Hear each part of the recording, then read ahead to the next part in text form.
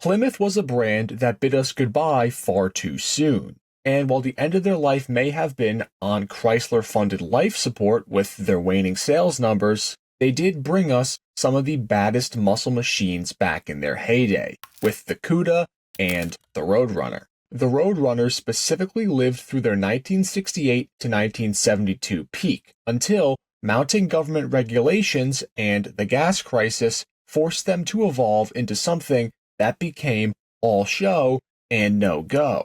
By 73 and 74, peak power was down to just 280 horsepower out of the top dog 440. And by 1976, the Roadrunner was now just a nameplate slapped onto the Plymouth Volare, the replacement for the economy-focused Duster, which it remained as until it was killed off in 1980. But what most people don't know is that in 1975, the Roadrunner got an entire redesign on that initial B-body platform that would last for just 1 year, which kept the big block alive for one final hurrah in the Roadrunner. This is the story of the 1-year Mopar Malaise era wonder, the 1975 Plymouth Roadrunner.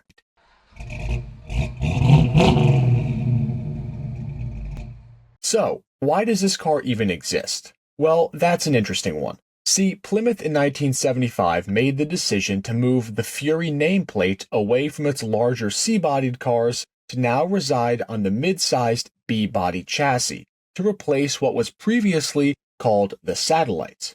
And these larger C-body cars, which used to be the Fury, would now become the Grand Fury.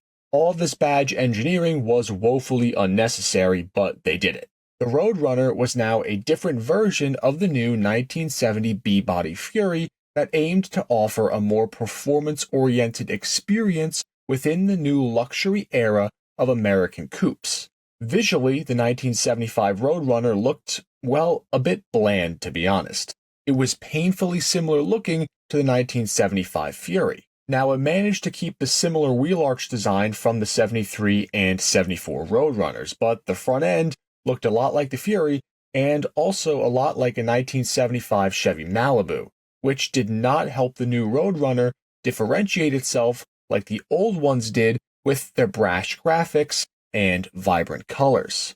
There was no more spoiler on the back, and the rear trunk on the 75 cars now had a center bulge in it, which served as a mural for the new and very Star Wars-esque Roadrunner graphics. You also got a set of side stripes on the new Roadrunner, but that was it. No fancy hood scoops, none of that. But it was not all bad. The 1975 Roadrunner continued on with the same core B-body chassis as its better-looking older siblings, which meant that while this car looked nothing alike, it still did share the same core DNA of the Roadrunners that we all know and love. With a 115-inch wheelbase, the Roadrunner maintained the same wheelbase as it had since '71. The front subframe was reworked with new rubber isolators to help mitigate vibration and give these new cars more of that luxurious comfort, but it was all still very familiar, as was the suspension setup, which remained as the front torsion bars and classic rear leaf springs with a live axle. What the new Roadrunner did not share, though, was the same level of brutish power. And if you are into brutish power, then you should definitely check out Ridge, because right now Ridge is doing a massive sweepstakes where the winner can get a Hennessy Velociraptor, a gold-plated Cybertruck, or $100,000 in cash now through September 13th. And the best part, you can even enter for free. Or if you want to purchase one of their awesome wallets, pens, luggage, or other accessories that will also get you entered to win, with every $1 spent giving you one entry to win. I know for me that Hennessy Velociraptor sounds like a pretty amazing daily driver, but let me know which of the 3 prizes that you would take. And all you have to do to get entered is go to ridge.com/rarecars or click the link below in the description, and you never know, you might be coming home with a new truck or $100,000 in cash after doing so. But now, back to the video. This was 1975 after all. A base model Corvette was now making just about 160 horsepower out of its 350. Times were tough in the horsepower department, but this new Roadrunner managed to hold its own quite well. Mind you, in total for 1975, Plymouth sold just over 7,000 of these new Roadrunners. And the reason I bring this up so soon is because there were an astounding 7 engine options available for this car. With only a few thousand cars made, that has got to be one of the biggest production inefficiencies I've ever heard of. But it is cool looking back at it to see just how many engines you could actually get in your Roadrunner. And here they are. The base engine was Dodge's workhorse 318 cubic inch V8, which now made just 145 horsepower. Let's be honest, that could barely lug the car along at anything more than a pedestrian pace.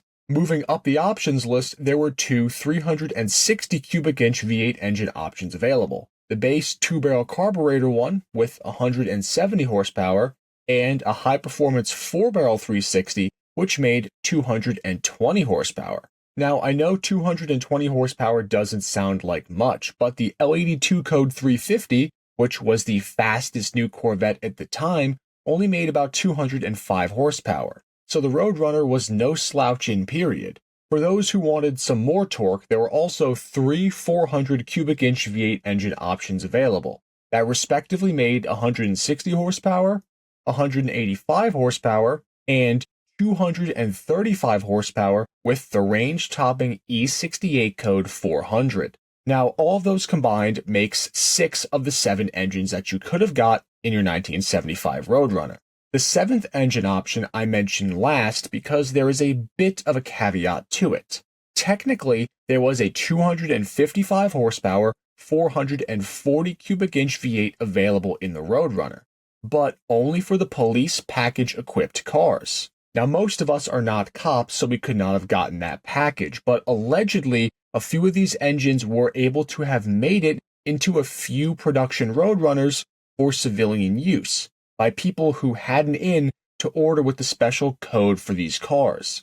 But that's pretty much all the info I have on that front. Transmission-wise, nearly all of the 75 Roadrunners came equipped with a 3-speed automatic transmission, either a 727 torque flight or a 904 torque flight, depending on the engine choice. You could, however, get a 3-speed manual, but that was only available with the 318 cars. No 4-speed stick was available at all, which is criminal if you ask me. The performance numbers of the 318 and the low-powered 360 and 400 engines are just not even worth mentioning because they're so bad. But the 235 horsepower E68 powered Roadrunners could do 0 to 60 in around 8 seconds, and finish the quarter-mile time in the low 16s.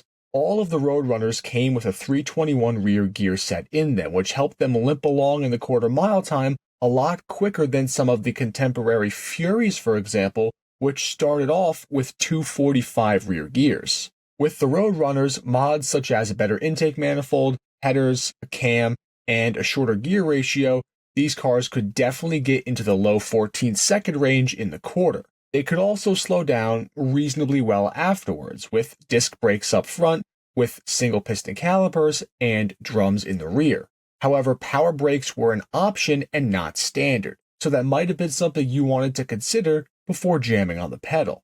The interiors of the Roadrunner were designed to provide both comfort and style, featuring plush seating options that catered to various tastes. Buyers could choose between sporty bucket seats or an optional bench, each upholstered in pleated vinyl, available in a range of colors to complement the car's exterior. And for those who want to go wild on the inside of their Roadrunner, the vibrant and eye-catching Sundance interior scheme would do the trick. This unique pattern added a pop of color to the cabin, extending to the door panels for a cohesive, stylish, and hip 70s look. The carpets were thick, the sound deadening was better, and overall, compared to the 74 Roadrunner, this new interior was a much more luxurious place to spend your time. At a base MSRP of just $3,973 according to Haggerty, the new Roadrunner was priced competitively with other cars in its class and offered some really good performance numbers for its day.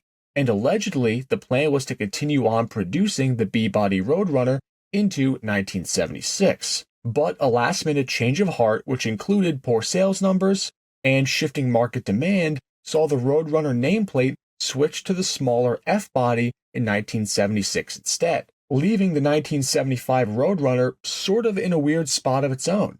It is a real Roadrunner, and it had a somewhat potent V8 available, but its vanilla looks and added luxury, while fitting for the time, made this Roadrunner far different from its brash, performance-oriented brothers, which is why this one I don't think is looked upon as fondly. So let me know in the comments down below if you think the 75 Roadrunner deserves more recognition, or would it be better for the sake of the Roadrunner nameplate to just forget this one existed? But as always, thank you for watching another video. Please make sure to like, share, and subscribe, and I will see you next time, enthusiasts.